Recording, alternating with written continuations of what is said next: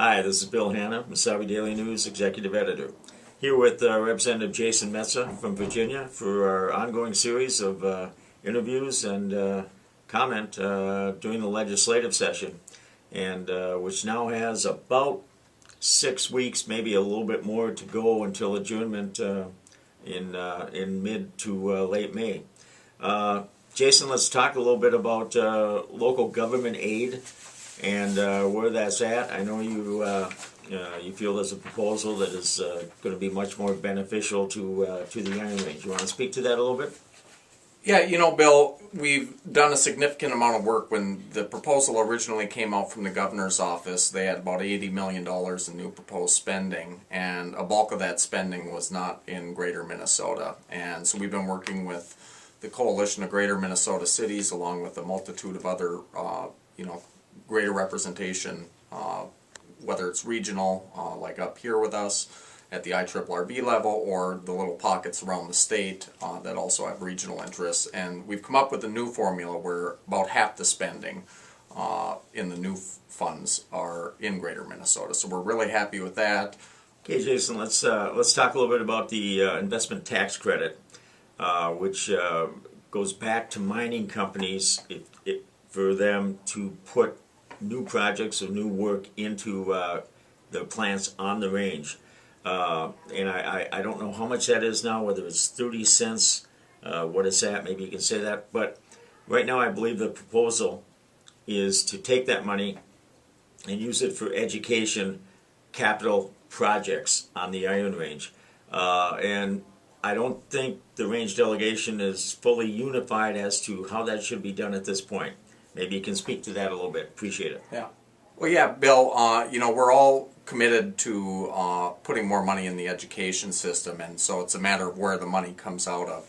And at the IRRB now, we're going to have some leftover escalator money from the last few years with production being up, and we don't have the weight anymore of the 2007, I believe was the year that we got weighted down pretty good, because we run on the IRRB with a 3-year trajectory where we're resetting the numbers there, so it's not up and down as much as in past years. What we do want to do is provide some money for bonding for our local schools, and we're talking right now about using the TEDF, which is Taconite Economic Development money, that we give as a tax rebate to the mines. So essentially, that was one avenue we were looking at in meeting with a lot of the local union presidents. Historically, my understanding is they use this to leverage smaller localized projects that might not be on the company's radar. And so after meeting with our local presidents, we do have quite a few projects that have been approved over the last few years, and they feel like the funding should stay in place right now. And we do believe that they've been doing a good job leveraging the funds, both for larger projects out at the mines that might not get approved, and they use it kind of like their version, I guess, of what I would see as matching funds for kind of a bonding type project within the company. So I would like to see us exhaust every other alternative. There are plenty of other funds where we can garner we're looking to get about 10 cents total was the delegation's goal, which would equate to about 30 million and some odd change over the next decade to use for schools to do capital investment with. And I know we're all committed to doing that. What fund it comes out of, as you know, is always going to be kind of where we get hung up on things. But, one of the reasons I really want to see us look at other alternates, aside from the TDF, would be that's one of the funds that keeps the money in the core range area where we're actually sending out from MinTac, KeyTac, all of our mines, and subsidizing the rest of the taconite tax relief area. And I do see a good portion of those funds staying here, creating jobs at the mine. And so I would like to exhaust all the other potentials out there, I guess, before we commit to taking from one source. So Jason, is there a disagreement between range legislators as to how that money should be distributed?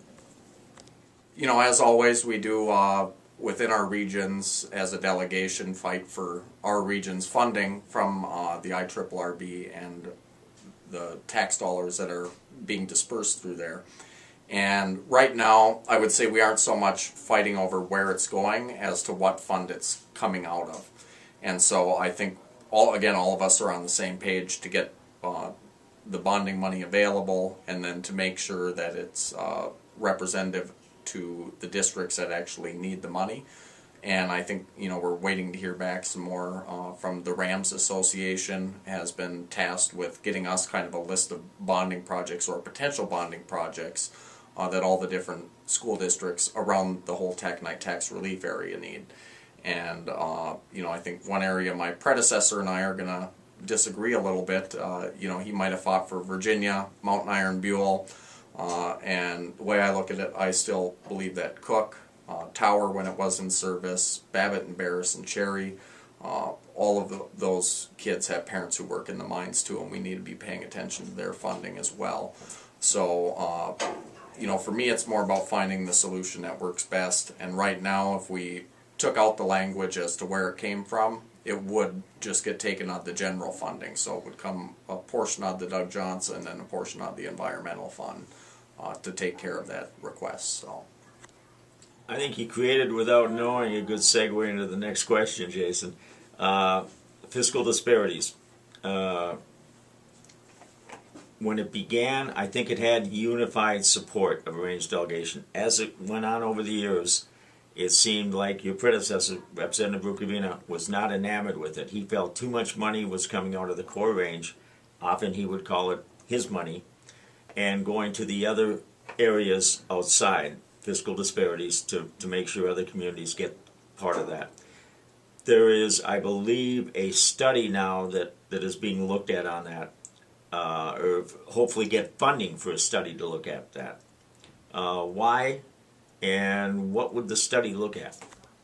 Right now, I did get a chance. I had a bill up right after Representative Anzel's, who carried the bill for the study on the House, and I actually went and testified with him and made sure that everyone there knew that we do support the study being done, and that the big thing for me is that we're being fair. And bottom line, I think we can each look at our own districts and use the words mine or I when we're talking about that, but we should be focusing on the word we too, because we're all in it together. And I really do think that when we're looking at solutions to grow a region, we've got to have a region view on it, not just a district. My district is a small part of a big area that's serviced by the IRRRB, and so I really feel like we need to come up with solutions that have balance for everyone. But then again, we do produce all the money locally here, and we've got to be really cognizant of that too. And if we're going to be giving it out, then we should have the expectation that other people in similar agreements are being fair as well when they're making their decisions. And I know right now part of the study for the fiscal disparities in specific would be St. Louis County as a beneficiary of a lot of those disparities from Aiken, Crow Wing, and our neighboring counties here. And so my big reason for wanting to support this legislation is to make sure it's fair. And if we got to study it, and if they're not getting a fair shake through the disparities, the way it's set up, it was created a while back, it hasn't been checked in on. There aren't too many stats out there on it, to compare one area to another. And I think, after, as with any government agency, we should be checking on these things from time to time to make sure that they're as streamlined as possible, efficient as possible, and as fair as possible to the people and areas that it's serving. Jason, thanks a lot. One last thing, if I could ask you, if it's possible at all that you guys could work on a piece of legislation this late in the session. And it would be a mandate, but I think it would be a mandate that a lot of people would like. If you could get something that would mandate here in April and in May that the high temperatures would be no less than 60 and 70 degrees. Do you think you guys could pull that off? Well, Bill, weather's one thing at the Capitol that, we could all probably argue about it. I think kind of what you're asking would be like going down St. Paul and saying, could all of you agree on what a map of the range looks like? And that's one of the things I've thought about introducing as a mandate to the legislature is if you can come up with a fair drawing and map of the range, obviously we're all in good shape then. But I think this is one of those items where I'd like to say I can commit to working with you to try to make sure that our weather's good for us up here, and I would love if that were the case. So you'll have my heart in the right spot working on it with you. So. Well, Jason, thanks a lot, and we'll all be looking forward to see how you guys are doing as far as that weather, warm temperatures here in spring, and not putting any pressure on you or anything, but it would be nice to see if you guys can do something about that. And look forward to you dropping by again prior to the end of the session, and definitely for a follow-up after the session. This is Bill Hanna, Mesabi Daily News, Executive Editor. Thanks.